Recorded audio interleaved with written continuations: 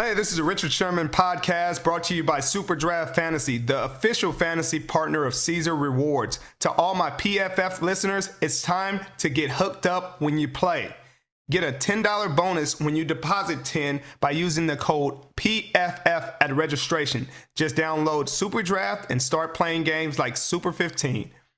Get your hands on some cash prizes, Caesar Rewards credits, and more. We're even hooking you up with free PFF Elite subscription when you sign up. Just download the Super Draft app on Apple or Play Store. Use the code PFF when you create an account, deposit $10, and get a free PFF Elite subscription. The offer is only eligible for new accounts. Sorry, everybody who's already subscribed, but new accounts, it's exciting. Super Draft paid fantasy contests are available in 34 states. Must be 18 or older to play. Paid contests in most states. Visit superdraft.io for all eligibility restrictions. Well, I'm the best corner in the game. Don't you ever talk about me. Picked off. It is Richard Sherman. It's picked off by Sherman. Now, buckle up. Here he goes. And it is intercepted by Richard Sherman. Broken up. Picked off. This game is over. Welcome to the Richard Sherman podcast with my guy, Mitch Eisenstein. Later on, we're going to have Gabriel Davis on of the Buffalo Bills. Fantastic guest, went for 201 yards in a divisional against the Kansas City Chiefs a couple weeks ago. Can't wait to have him. Mitchell, what's up? Rich, we had a heck of a weekend. We've got a lot of news taking place today. It seems like, we're going to start with the breaking news, and that's Tom Brady's retirement. It seems like Adam Schefter wildly jumped the gun on it, and I don't know how I feel about that, but I've figured, Tom Brady deserves to have the final word, and today he gave that final word. Richard, I want you to give one word that you would describe Tom Brady with. What would be that one word? It'd be greatness. It's simple, it's cliche, but that's it. For a guy to have the kind of success and have the aura and the facade and the reputation that rightfully deserves, it's greatness. There's never a game you see him in that you feel like he's out of. Every game, even if he's fourth quarter, down 2 touchdowns, you think he has a chance to win it. He's won the most Super Bowls. He's number one in just about every statistical category, from wins to starts to touchdowns to yardage, et cetera, et cetera. And he obviously played the longest, but he deserves the utmost respect. This will be probably the easiest first ballot Hall of Fame in the history of the game. Richard, you had the opportunity this year to play with Tom, and I know you've been against him for a number of years, made some iconic plays against him.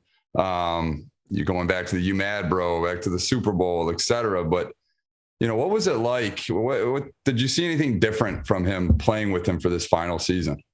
No, I don't know what it looked like any other season in the locker room, so I can't compare it to anything. But I think he was incredible. He's an incredible teammate. He takes his time to speak to every guy, to have conversations, to check on guys, to help guys in any way he can, whether it's helping him with the TB12, massages and functionality, or if it's helping him mentally and giving him tips and tidbits that he has from studying tape. He's just a fantastic person and a fantastic teammate, and it was cool to see that in person and get to share a locker room with him.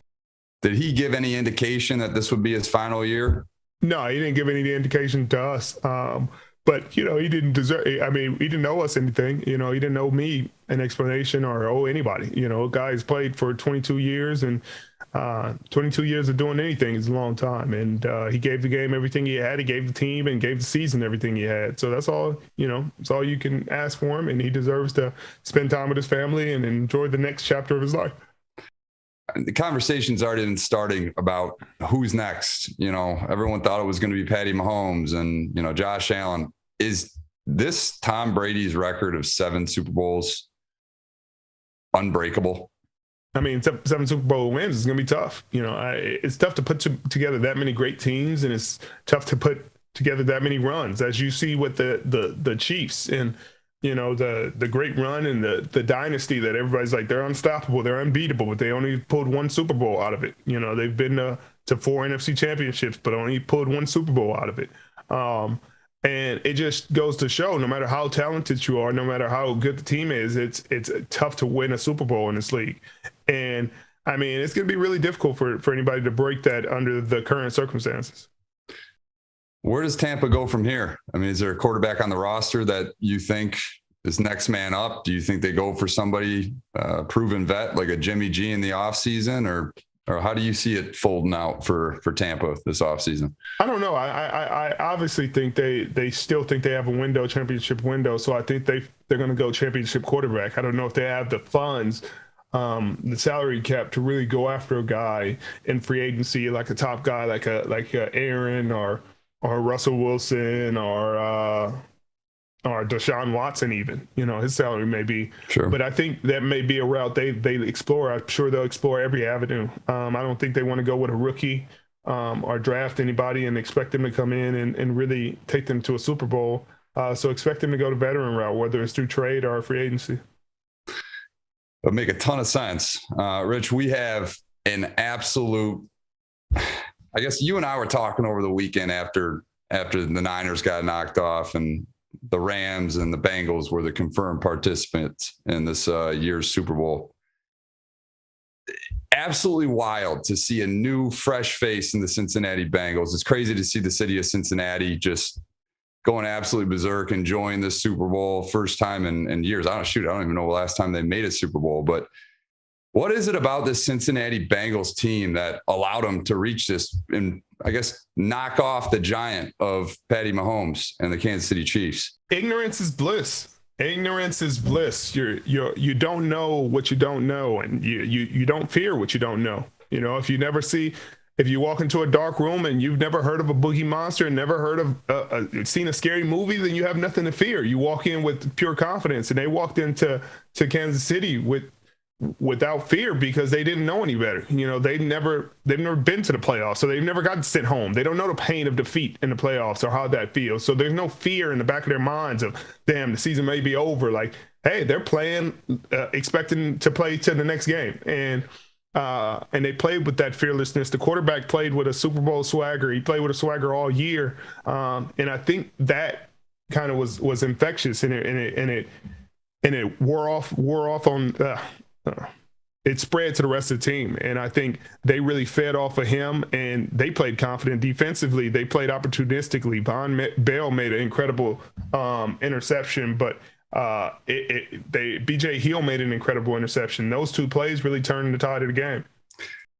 Every single year, I mean, I don't know about every year, but it's got to be a high percentage of years. There's always a team in a division that goes from worst to first, right? I mean, the Niners, when you joined the team, weren't they last in the division at that point in time? Right. And then you guys moved in that direction and immediately went to the Super Bowl. Here we are again. I mean, the Cincinnati Bengals were in the dumpster no longer than 12 months ago, right? I mean, they had 2 top 5 picks, you know, Joe Burrow and Jamar Chase. And we talked about it, you know, that they could have gone Penei Sewell. Their offensive line is an absolute train wreck, but they elected to go with Jamar Chase, and that has proved amazing dividends for them. But why is it that every single year there always seems to be this worst to first team that comes out of nowhere? Because, I mean, it just shows that the NFL, anything could happen. Any given Sunday, I always say it, but any team, you know, any given year, it's sometimes it's just the right pieces, like Joe Burrow figuring it out, Jamar Chase coming on, you know, putting those 2 pieces in there made a huge difference. Hutchinson being gotten free agency, you know, just changing the defense and the dynamic and adding that kind of pressure and pass rusher on defense. And some teams feel like, oh, we're a player away or we're 2 players away, but they truly were, a couple players from being in the Super Bowl. And it's also the coaching, you know what I mean? Another year for him, the confidence that the ownership and management showed in the coaching staff and gave them another year after the first couple of years they had. And everything kind of came together for him, and it's cool to see. I'm happy for them. I'm happy for the city of Cincinnati. Is there any other team out there right now that you think could have this Cincinnati roadmap going into next season? I mean, we talked about it the other day. Detroit. I mean, if they're not a bad team, and you could see they beat some really good teams down the stretch, and they really showed some fight and some resilience. And I think they can start to figure it out. Maybe they're not going to go from last to the Super Bowl, but I think they got a chance to make the playoffs next year. Yeah, no question about it, especially if Aaron Rodgers is not in the division anymore. That thing is wide open. Correct. Speaking of that division, there's news that the Minnesota Vikings are now bringing in Jim Harbaugh to interview tomorrow. And there's a lot of speculation around the Metro Detroit area in which I live that he's gone. Mike McDonald, the DC for the University of Michigan, went to Baltimore. And, now, why would John Harbaugh, his brother, take the DC from his brother at Michigan? So there's a lot of speculation. Do you think Harbaugh should return to the NFL? Do you think he can find success again in the NFL? I know you love him. Right. So much. I don't think he has anything left to prove in college football. He took Michigan to the playoffs, won a Big Ten title, and that's what he came to do. He wanted to prove that he could beat Ohio State. He did that. I think he did all three things in 1 year, and I think he proved his point. I don't know if he has the coordinators out there waiting for him that he once did. I think Greg Roman in San Francisco was huge. Vic Fangio, who's available now after being fired in Denver, is huge. Now, if he brings them back and he somehow gets Pep Hamilton perhaps and has those coordinators that he's used to having, has Vic, then sure. I think he'd return to the NFL in a heartbeat because those things matter. Those things have a huge effect on how much success they have. And I think if he gets those coordinators, he'd feel good about returning to the NFL. And, Minnesota has a lot of talent and a quarterback who makes some mistakes, but can get the job done at the end of the day. It's definitely going to be a wild next couple months here as teams start to hire, the new head coaches that they've been interviewing. But Harbaugh's name on that list is still somewhat surprising to me. Richard, we've got a big game. Super Bowl is set. You've been pretty spot on all throughout the playoffs. Who do you like in this matchup and why? Well, it's obviously Aaron Donald is going to put his stamp all over this game, and can they weather the storm? Can Cincinnati weather the storm of Von Miller and Aaron Donald and Leonard Floyd in that defensive line? And I don't think they're going to rush. I don't think they're going to blitz a lot. I think they're going to rush four consistently. And if they can't weather the storm of those four, it won't be a very close game. But if they can contain them in any sense of their imagination, I think there's something to be had in the Rams secondary. I think they're very beat up. That's why they brought Eric Weddle back. They're very injured. Outside of Jalen Ramsey, it's not, you're not scared of anybody back there. And like we talked about last week, that this dynamic receiving core of the Cincinnati Bengals is going to be known as one of the best in the NFL if they can keep those three together for a very long time. Joe Mixon is very dangerous out of the backfield. It's going to be one of those situations. If they can keep them off of them, Cincinnati can win this game, and they can win it comfortably if they can keep them off of them. If they cannot, then I don't expect them to win. That, it seems cliche, seems easy, but defensively, I think they can stop the Rams. I think they match up really well. I think they can stop the run.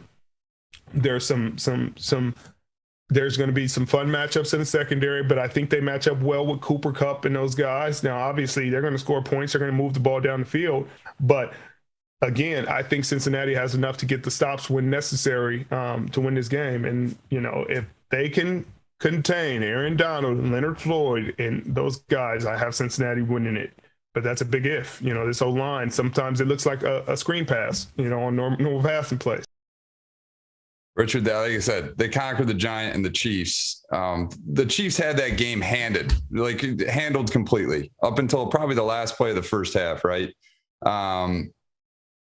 What happened with Casey? Where do they go from here? It seems like they have this, and you and I talked about it briefly over the weekend as well. They either fall behind heavily early in games or get up and have, just kind of don't put the teams away, especially in the big games as of late. What happened in that second half? You could hear it, and they talked about it. They played so patient in that first half. They ran the ball when they needed to. Jerick McKinnon was having a fantastic game. They were taking the 5 yard, 6 yard, 4 yard, 12-yard plays, and it was killing Cincinnati because you have to play them to take away the deep ball no matter what. You have to stay there. You have to too high, take away the shot. And in the second half, they literally stopped doing that. They stopped taking what the defense gave them and literally was looking to bomb them every time. And Patrick Mahomes stopped being patient as a quarterback. He stopped scrambling. Hey, the defense took away everything. Run for 6 yards and slide. Run for 7 yards and slide. He didn't run again. And all those things came back to bite them. They're a one-half playoff team. And that you can look at in just about every game. They may have blown a team out or two, but just about every game, they've only played a good half. They like whether it's the first half they're getting blown out and the second half they run back and go crazy and win the game, or they go crazy in the first half and disappear the second half, and sometimes they hold on to win. You can look back to when they played Deshaun Watson and the Houston Texans. They were getting beat 24-0, right? 24-0 in that game. They were getting beat by by us in the Super Bowl by 10. They were getting beat by the Titans. Yeah. And so they're a one-half team, and they have to get that figured out. You cannot play like that. It has to be a balanced game. And I don't know if it's people figuring them out, but if they stay patient the whole game and stay consistent, they win the game. But it's like he forgets that at some point. Like I said to you over the weekend as well, it's like they kind of remind me of the LA Rams team with Torrey Holt and Isaac Bruce and all these incredible pieces offensively that were just absolutely smacking teams. And, the greatest show on turf, that whole Marshall Faulk. I mean, they have a very similar group of players that are just heavy hitters, Tyreek over the top, Kelsey in the middle. It seems like they can be dominant if they just put it all together for 60 minutes. And yet, here we are 4 AFC championships later with only 1 Super Bowl to show for it. And everyone's trying to fit Patrick Mahomes in as this next guy that could potentially challenge Tom Brady. But when you don't take advantage of those situations, the last 4 years only come out with 1, that's going to be a tough uphill hill to climb, so we'll see how that goes for him. But Richard, this AFC group of quarterbacks, these young quarterbacks, absolutely ridiculous. I mean, you've got Josh Allen, Joe Burrow, Mahomes, Justin Herbert, all, I believe, under the age of 25. Richard, if put you in the GM role here, if you were a GM and you had one of these guys for 10 years, which one are you picking? Well, I mean, like I said before, I always felt like it was Herbert going in, but obviously he's had the incredible success, broken records in his first 2 years. But you have to give Joe Burrow the nod at this point, for what he's doing with a lot less than everybody else. He's not doing that with the most talented offensive line. I mean, he has a lot of talent in the skill positions and wide receiver, but they're young. Right. These are veterans. Like Herbert has an established all-pro Pro Bowl veteran in Keenan Allen. He has Mike Williams. He has really good players around him. He has guys. He has Eckler, veteran players that are making plays for him. Freaking Pat Mahomes has veterans. He has Tyreek Hill. He has Travis Kelce, the ultimate security blanket. He has Hardman. He has, Jet McKinnon making plays for him. You can say the same thing about Josh Allen. We just talked to Gabriel Davis, who had 4 touchdowns and 201 in the divisional. And he also has Diggs, and he had Emmanuel Sanders, and he had Cole Beasley. And Joe Burrows is doing it with a lot less. You cannot name anybody. They're a very below average offensive line.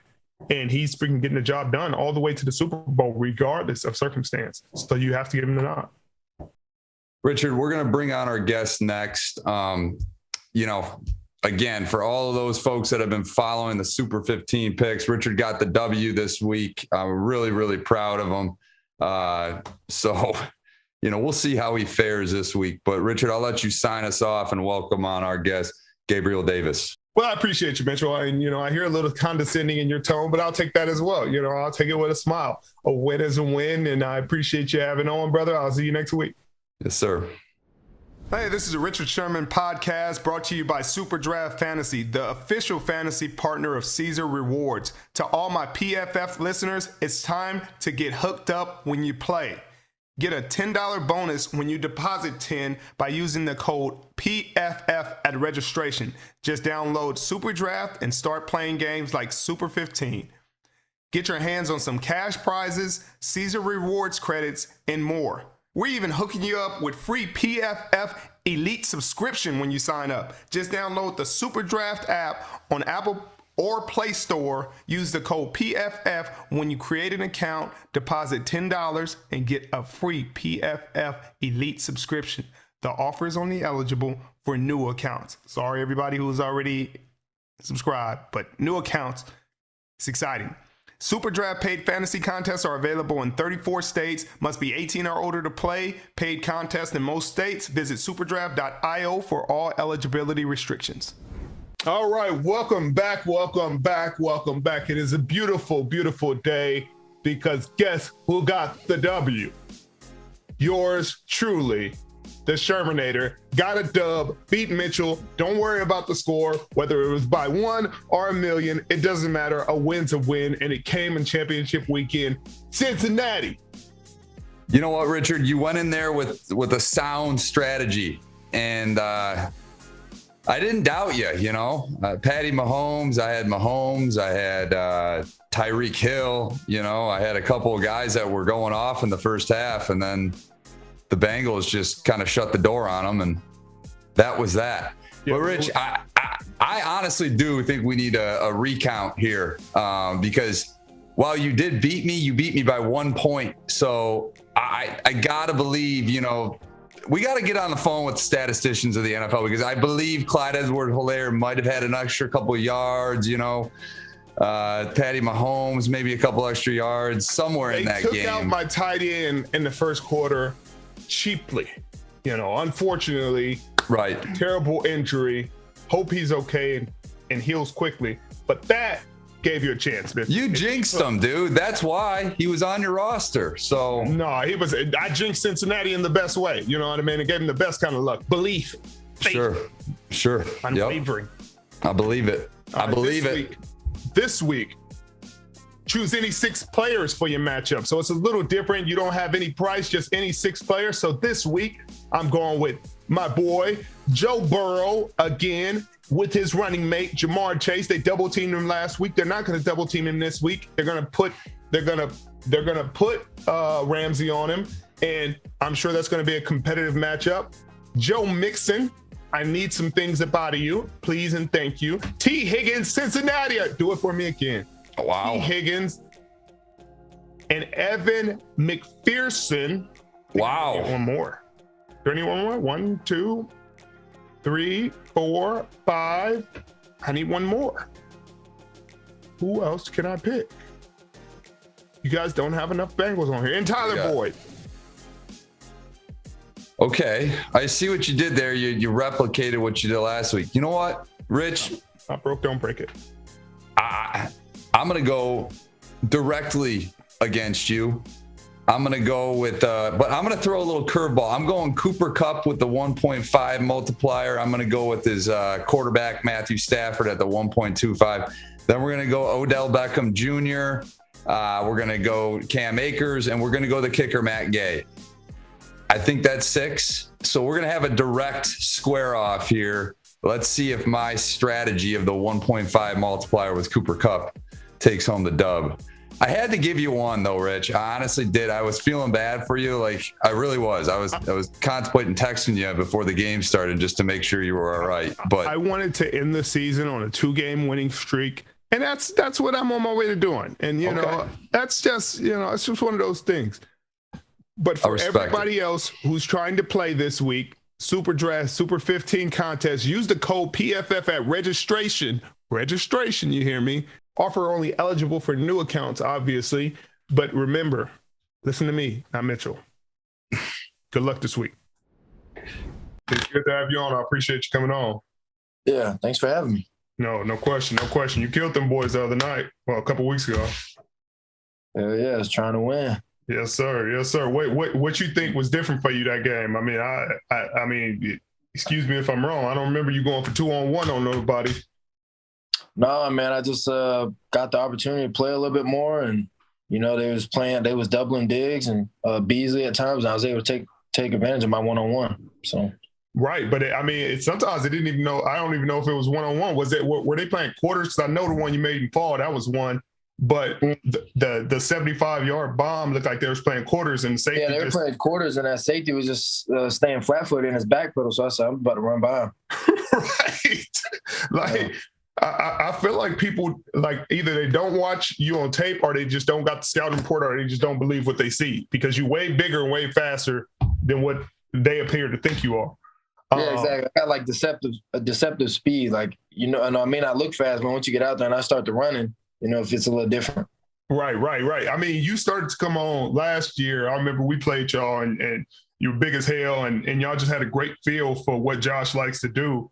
And you were running great routes. Diggs was running great routes. I want to say Beasley was banged up when we played y'all for San Fran, but But what do you think has allowed the growth, and do you think it's poisoning you for a big year next year? Because I think it is. I think you finally freaking blossomed and like put it all together and put it out there, and it's like, hey, if you can do it once, you can do it as many times as you see fit, and you could be a Pro Bowl player. What do you think about that going forward?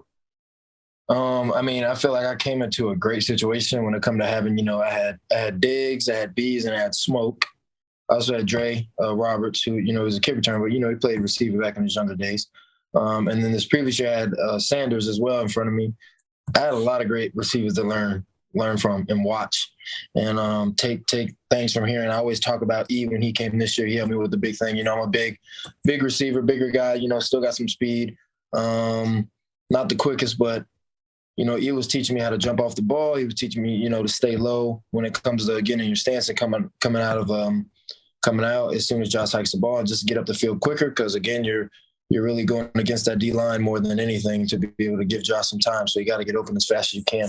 That was a big thing. I was a big stand-up guy, got low, and he's like, use your strength to as your advantage. Make a move and stay there no matter what. And that's what I took of me, and it helped me a lot this year. And I know it's going to help me progress more because especially when it comes to training now, being more comfortable in that position with a forward leading stance and, more lower to still get off the press and still feel real comfortable doing that. Right. And I feel like the more you've done, the more comfortable Josh has gone and felt with you. Obviously people have been doubling Diggs and doubling Beasley on third down in the slot. And E-Man, we got to play with him in San Francisco. I only got to play with him like a half a season the year we went to the Super Bowl. But, man, he's an incredible veteran, incrediable pro, really does a great job. And everything he does, route running, hands, taking his time, being patient within the route. It's he a cool receiver, and I feel like he's always going to be underrated because, he got injured and now we're old. So, it doesn't really matter about production anymore. You're over 32, you're old and can't play no more. But yeah, man, it's crazy. What do you think about these playoffs so far? I did not have the Bengals going all the way to the Super Bowl at the beginning of the season. Yeah, when LA making is not a surprise. They got a lot of great players. I feel like Matthew Stafford is top 3, one of the best quarterbacks in the league. Just watch him. Aaron Rodgers even talked about it. I think either last year or 2 years ago, he talked about how Matthew Stafford is the most underrated quarterback in the NFL. And now he has the tools around him to show, why he is. And he's been balling, so I'm happy for that. I like Joe Burrow. I played him in the Fiesta Bowl, 3 years ago when I was at UCF. And, as soon as one of my guys blindsided him on an interception, the whole game changed and he turned into the man he is now. You know what I'm saying? So right. Got a lot of respect for him, because, he plays with swagger, he plays with confidence. So, I'm happy for him to be there. Do I wish we were there? 100%. I feel like, when it came to a dogfight, we gave it our all, and we had the guys to win it all this year. And, we just came up short. No, I don't even know if y'all came up short. I know it's a sensitive subject because it just happened and it's fresh wound, but these overtime rules, I feel like you got to give both teams a shot. If you give one team a touchdown and you give the other team a shot and they don't get a touchdown on that possession, get a ball, game.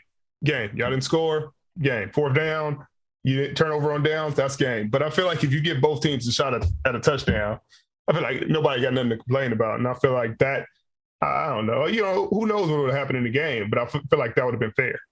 Yeah, I mean, yeah, that game was literally whoever won the coin toss was gonna win the game. We kept going back and forth with the points, and it was literally the game of the coin toss at that point. And hopefully that game has showed that rule should probably should be changed, because you got to give people their shot to do it. I mean, if you're going off a coin and not off the skill of the players when they go out there on the field to defend their end zone, then that is difficult to do. So what led you to go to UCF? You know what I mean? Did you just blossom late?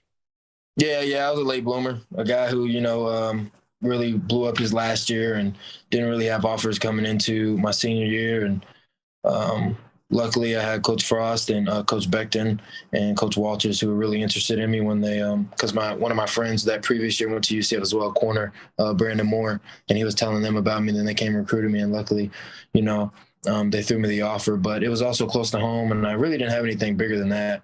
But I did love Frost and the way he ran his system and the type of coach he was. Coach Frost is, by far, one of the best head coaches I've ever had. He's a player's coach. He takes care of his guys. He generally cares about the people he's around. And that makes you want to, win for him. And that's why I feel like we were so successful when it came to being at UCF. Yeah, I mean, y'all went undefeated that year, if I'm not mistaken. Yeah, we did. Yeah, we won. Didn't lose a game that whole year. Yeah, that was crazy. What do you think of? Did you think it was a huge jump from UCF to the league? Because everybody always says speed of the game, speed of the game, speed of the game, and some dudes respect it, some dudes don't. They don't see it. Yeah, no, I mean, I definitely. I had my moments last year where I understood, the speed is different. I remember I was coming around to pull around for Jamal Adams to block him through I think it was the B gap or something, and I put my head down, and he freaking went right around me and almost made the tackle, and he was telling me, get your head up. And I remember that. I remember who else was I going to block? Somebody, I think I was going to block Bobby Wagner too one time. And Bobby's big. He's way bigger than people think he is. Yeah, I see him in the middle. I'm like, God, bro, this dude's huge. His biceps are crazy. Right. I know I went to go for him as well, and he kind of moved me out of the way too. But it was more that physical part when it came to going to block those bigger guys in the hole that kind of helped me realize, what the NFL was about. Right, grown man game. And the disguising of defenses too. When we have those option routes, those disguises, you'll think it's freaking cover zero. All of a sudden, you got guys dropping it's freaking cover two, or it's Tampa or something. You're like, what the hell? You like, I'm out here running a post right into the safety when I should have think that. Right. So it was stuff like that too when it comes to disguising those coverages. Chiefs did a really good job of that.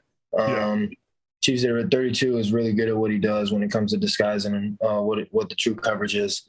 Got to give them hats off to that. But yeah, it's probably the disguising of the coverages, and then again just having to go block those bigger physical guys in the hole.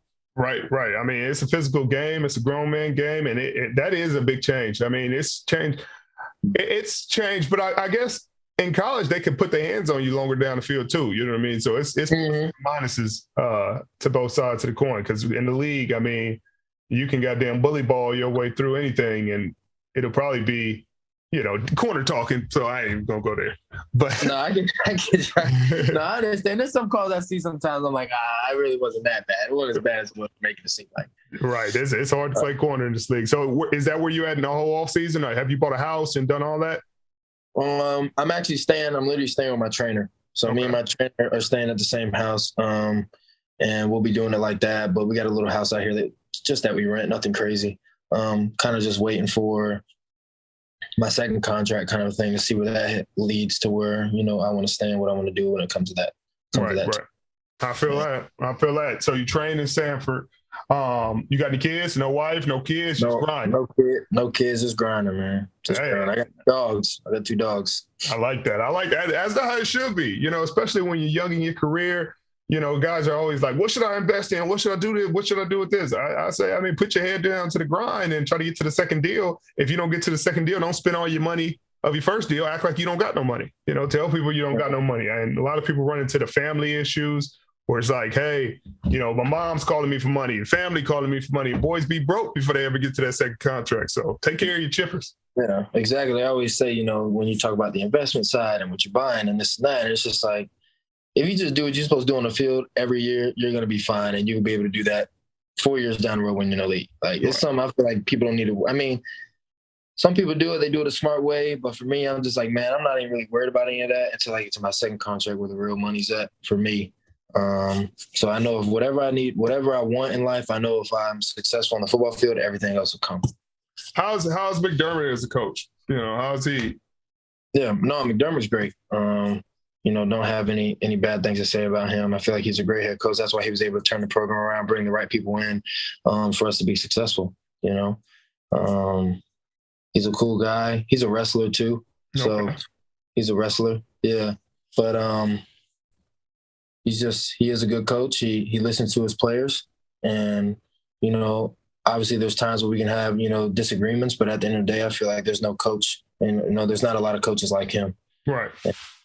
Definitely feel like he is, one of the top head coaches in the NFL for sure. That much is apparent. It seems like, since he's gotten there, it's been freaking remarkable what Buffalo has become. I mean, how hard y'all play, your system y'all run, how effective y'all are. Y'all always in the hunt. I think y'all won the East, twice since he's been there? Won the East twice since he's been here. Yep. Yeah, I mean, that's incredible in itself, because Buffalo has struggled for a really long time, and now y'all got a ton of talent. Y'all got a great defense. Y'all got a great offense. I mean, y'all got everything it takes. What's the expectation going into next year for the team, I guess? Yeah, I mean, I feel like the expectation is the same. We know our goal. We know what we have to do to get there. And it's just really just holding everybody accountable to that standard on what we set, on what we want to be as a football team. Like, that's the biggest thing when it comes to being a great football team, is you got to be able to hold the best of the best accountable, and your best players have to be your best guys on the team as well. Okay. I mean, you're right. The hardest workers, they got to be what you need to be, at least to set the example for the rest of the team. And I just saw Ken Dorsey got promoted as your OC. What do you think of that? I mean, obviously. I love Dors. Dors is a smart guy. I feel like that's what we kind of knew was going to happen when Dave's left. And Dave's, Dave's is the best OC. You know what I mean? Like, Dave knows how to dice it up. You know what I mean? I've seen someone like that who really knows football and understands it at such a level that he does. But I got a lot of faith in Dorsey as well, because obviously Dorsey has been in the same room with him too, and Dorsey did things like that on the sideline as well. So super excited to have Dorsey. That's how you got a strong program, when you got that, like, that stable of, like, hey, we lost one guy, we got the replacement right there in house and ready to go. It's been a weird year in the NFL. Tom just retired, Drew retired the year before. I think Ben left. It's like the changing of the guard. You got all these young quarterbacks coming in and playing really well. I mean, outside of Stafford, Stafford's in the Super Bowl, but you almost had a bunch of young guys in the Super Bowl. What do you think? I mean, it feels like the changing of the guard, doesn't it? Oh, yeah, 100%. Yeah, it's definitely changing. You see all the guys, you talk about the young quarterbacks. You have, again, you have Josh, you have Burrow, you have Herbert. Who else? Still got Mahomes. Is considered. Oh, yeah, clearly. Yeah. You got Josh Allen. Yeah, exactly. Oh, yeah, Josh, Mahomes. You got Herbert. You got Burrow. You got all those guys are balling. I mean, what's your face isn't doing too bad for the Patriots either. Mac Jones. He's fallen into that system well, and I feel like he's gonna turn out to be something good for the Patriots and be there for a long time. So excited to see what happens with that. But no, we definitely there's been a shift, but it's looking good though with the talent that we have as quarterbacks, as these young quarterbacks are coming up. Like, no one's missing a beat. It is. I mean, if Buffalo. I mean, if Cincinnati had any kind of semblance of an O-line, it'd be really hard to deal with them. But they make that boy Burrow fight for his life every play, like it's a screen pass. Hey, yeah, no, it's Burrow does good with the pressure in his face, man. He does real well, and he stands in that pocket and he takes it. And Burrow's a big dude now. You know what I'm saying? Burrow's a big guy. Oh yeah, like Burrow's I think he's like 6'3", 6'4", like 230. Like, what? Probably, yeah, Burrow's not small. Yeah, when I saw him at the combine, he walked around with his chest all out. You know what I'm saying? You know, I'm not doing none of the drills today. You know, like my man, no, but he got that swagger, he got that confidence about him. You know, what did you think of that process? I meant to ask you that too. Like because people have like dreams of I'm gonna go to the combine, I'm gonna do this, I'm gonna do that. Then you get there, you're like, I never do this again. I never ever. Don't invite me back. Don't call me. Yeah, exactly. No, you'd be so happy when it's all over, man. You'd be like, bro, ain't no way. I got to sit in this lobby and watch other players go get interviews while I'm just sitting here doing nothing. Right. I'm like, until 11 o'clock? Like, come on, man. Ain't no way y'all need to be down here. Bruh, they had me do 6 MRIs when I first landed. I'm like, bruh, I ain't even have 6 surgeries. Like, come on. Yo. Yeah, yo, I feel bad for the people who go in there with injuries because you're gonna be in the hospital all day. Oh. All day. Terrible. And then you wake up 4 a.m. to pee. Then you got to be up the rest of the day. Then they want you to run, jump, and do all that. And they're like, why you not performing as well as we used to? Well, because I ain't slept. Well, yeah, and then it's like us. We did it at night. So we were doing stuff all day. And then at night we had ours. So it was just like, it was weird. We did it weird too. I think we had ran the 40, ran routes, and then we did the shuttle in the L. And it was like, we thought we were done after the routes, and we had to do shuttle in the L. And it was like, man, we just ran about 20 routes. And some of us had to go twice because there weren't enough players, but there was like not enough receivers, but there was a lot of quarterbacks. Wow. So I probably ran combine. I probably ran like 5-6 post corners. Oh man, hell no. Oh yeah. Yeah. And my guy was out there with us too, Chad, my receiver coach now. You know, he was showing interest from the jump, and you know, he's freaking the best receiver coach. You know, that's my guy for sure. Yeah, I mean, shit. You know, they really make you feel like it's gonna be a beautiful thing. Like the combine is so exciting, and then you get there and it's like, bro. First off, y'all got me weighing in, and I'm feeling uncomfortable about this whole ordeal. Y'all sitting there watching me with nothing on but draws, and it's like somebody couldn't just text y'all the numbers. Like y'all had to sit here and watch me get on this damn scale. Yeah, is the way my body look gonna make you not want to pick me, man? I feel like that's what it is too, because you know you got guys like Chase Claypool who walk up there and it's like, hey yo, this guy looks like the real deal. Right. Then I get up there and I walk up there like, this guy doesn't look. Oh, my coach Troy Walters, he was at Cincinnati. He's at Cincinnati now. He's my UCF coach. He's like, man, why are you walking up there looking all nervous? I'm like, yo, you got me on this uneven floor walking in front of a bunch of people with nothing but draws on. Like, how you want me to feel? How exactly do you want me to be in this situation? Like, what notes are y'all writing down right there? I walk up there, 190 pounds, bird chest. And this is right after, like, Robert Sands walk up there, like, dieseled. He played safety, but I was just like I tried to get a, 30-piece push-ups in. It was like, just go ahead and try to get a low pump. But it's like, man, what's the point? Like, I can play football. Look, turn the tape on. If y'all think I can play, get me. If y'all don't, then, like, cool. That's what I'm saying, man. I got to walk up there. I said this don't, and it don't mean nothing because you know my man Justin Jefferson. My man Justin Jefferson is a baller. Right. Straight baller. But, man, when this man took his shirt off, I looked at this man, I said, yo, ain't no way. Ain't no way. Ain't no way. But, hey, my man get the job done. He get it done. I mean, that's when I realized. I said, man, this shit, that don't matter, bro. This man gets the job done. None of it, bro. We had in my second, because we was the second part of the group, so the other group ran the 40 first. We did the Burton stuff first, which was annoying because then we had to wait. We had to warm up, do all that. Then we had to wait 2 hours to get the 40, and just like not great. But we had like 4 or 5 4.2s in my group. And I'm like, bro, I'm gonna give y'all 4.5, and like I hope somebody like it. Exactly. Like, I swear I could play. Because that's what I said. I'm like, man, I'm gonna run this 4.5. All these dudes out here running fast, and it was good because I ended up watching a clip after I got drafted. Clearly, Bean, my GM, those guys, and Joe Shane, who's now with the Giants. They were talking to like, all we need is this guy to run like a 4.5. We know he can play football, but blah, blah, blah, blah, blah. And I'm running the 4.5 and I ended up running good. And, I was like, once I seen that, I was like, oh, so they already knew they was going to play me. So it didn't even matter. Right. Like, it didn't even matter. They wanted the 4.5. They already understood it. 220, I mean, come on, man. What you want from my guy?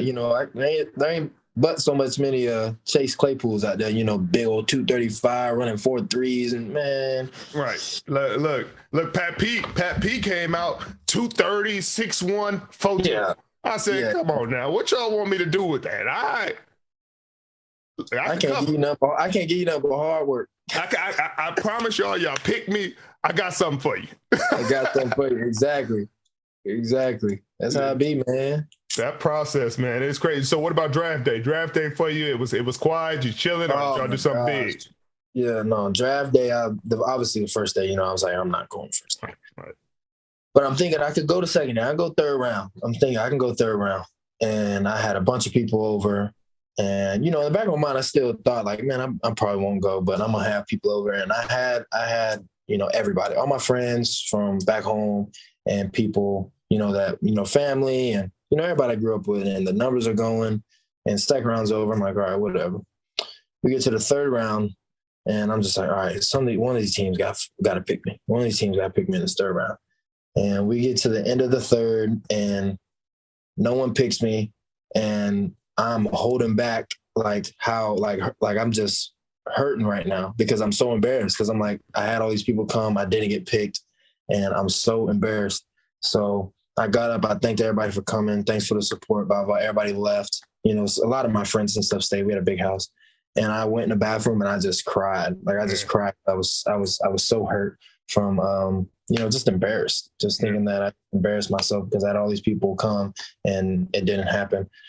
Then the next day came and some people came back and I ended up getting picked, and that was the best moment of my life. And that's when I knew. I was like, well, I'm gonna show them that it wasn't a mistake that they picked me, and I want to let them know that I should have been earlier because right. So we all have that. A lot of guys have that story. No, I had that's similar because we had no money, so we still kind of living in Compton when draft is coming up and it's the lockout year, so it's no contact, nobody really I had one interview the whole time. And it was like, bro, I barely got invited to the combine only after I played in the Senior Bowl and I did well in the Senior Bowl. Then they called me for the combine. So my mom goes all out, though, maxes out every credit card she got and rents a suite in Vegas. Draft. And I said, come on, Ma, I'm not even sure I'm getting drafted. Don't do me like this. So now, same situation as you. First day, everybody comes, though. And I'm like, I'm not going in the first day. Still, we want to watch it with you. For what? I don't want to watch it. Exactly. I don't even feel like watching this. Right. And we sit there and it go through the whole draft, no call, no nothing. And then everybody leave. They're like, oh, we'll be back tomorrow. It's happening tomorrow. I'm like, I don't think it's happening tomorrow. But so chill out. Everybody call back. My agent called me. He's like, it's a couple teams, the Patriots, Baltimore. We're talking. They called me, said, hey, they're choosing between you and a couple other guys. There's a chance you can go in second. And I was like, okay, I'm not really, like you said, because you can't get your hopes up. You don't want to get your heart broke. No. And so I don't even get my hopes up, but everybody come back. We sit there, nothing, no call, no nothing, name after name after name, whole thing goes, appreciate everybody. They all go out and drink with. We in Vegas. They go party and have a good time. Boy, I'm in my room, balling, pissed. Y'all got to be effing kidding me. Y'all, you know what I mean? Even though I knew I wasn't going. Now I'm starting to think I might not go at all, for real. You know what I mean? I get you know what I mean?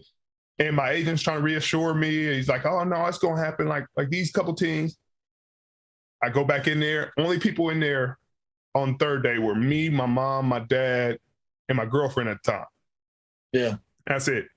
And we just sitting there and nobody even watching TV. We just sitting there all right, we're going to just wait these couple hours. If it don't happen, I'm going to try to enjoy myself. Forget it. I can, you know what I mean? Maybe somebody give me a free agent. And my phone rings. It's a 425 area code.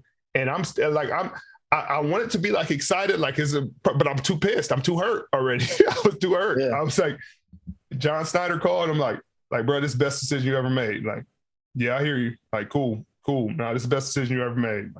Still pissed. Cause I'm like, y'all should have called me earlier. Yeah, exactly. Even though they picked you, but I should have been in your second round picks. I should have been in your second round options. You out here choosing me all late. Y'all calling me all late. And then this was the scariest part. After that, we couldn't talk to him again. Yeah. So after we talked to him, we didn't get no signing bonus, no nothing. We didn't talk to him again till training camp. Dang. Oh yeah, because the lockout. Right. So y'all had the lockout, yeah. So that's the weirdest year. Kind of like our year. We had the COVID year. You know, you guys had the lockout year. We had the COVID year. Yeah. That was super weird, but we couldn't come into the facility. We couldn't call nobody. Like, nobody gave us no direction. We don't know what we're doing. I'm just working out by myself. Like, all right, well, hopefully somebody call. Well, doesn't that mean that you guys didn't have a playbook or anything then the whole time, right?